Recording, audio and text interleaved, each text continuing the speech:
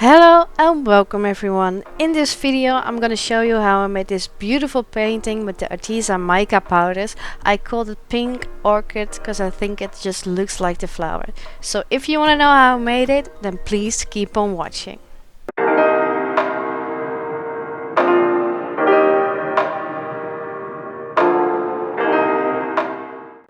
I'm using exactly the same mica powders that I've used in the black pour, so this time I'm going to use titanium white from Winsor Newton as the background. So the mica powders I've used is chameleon blue, iris purple, raspberry red, chameleon green, pure gold and bubblegum glow. I'm mixing these with Floetrol, so Floetrol is my medium to make these mica powders liquid, because Floetrol dries like transparent, so you just see the beautiful mica powders when it dries. I'm also going to use a Dutch pour technique just as I did with the black pour, so it's going to be basically the same. If you want to know exactly how I mixed it and how it went, then please check the other video out with the black background pour. I'll put it in the eye so you can click and see that. First I'm putting on a base layer of white. I mixed the titanium white paint with some Floetrol and water and made it a bit thinner than I would normally do, so it would flow better on the canvas.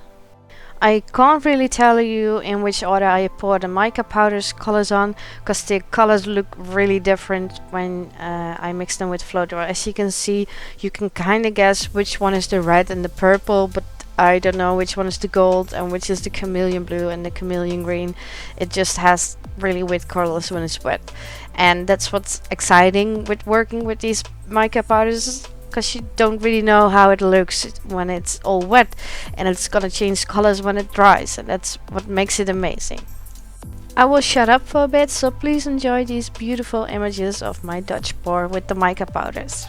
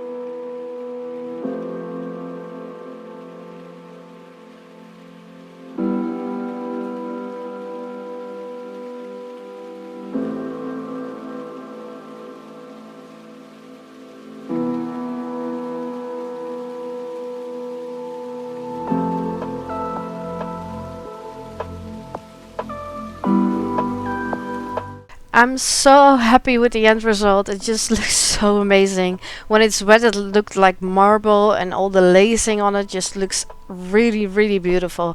I haven't put any silicone oil in this. It's just Floetrol with mica powders and maybe a bit of water when it needed to be thinned out, and it just looks really stunning, and there's some depth in it, and I couldn't wait for it to dry completely and see how it looked.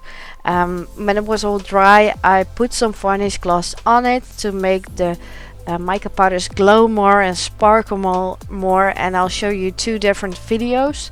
This first video is with my flashlight from my phone, and you can already see the shimmer and shine on this beautiful painting. And the second video that you'll see after this one is with just sunlight, and it just makes it even more warmer and shiny and beautiful.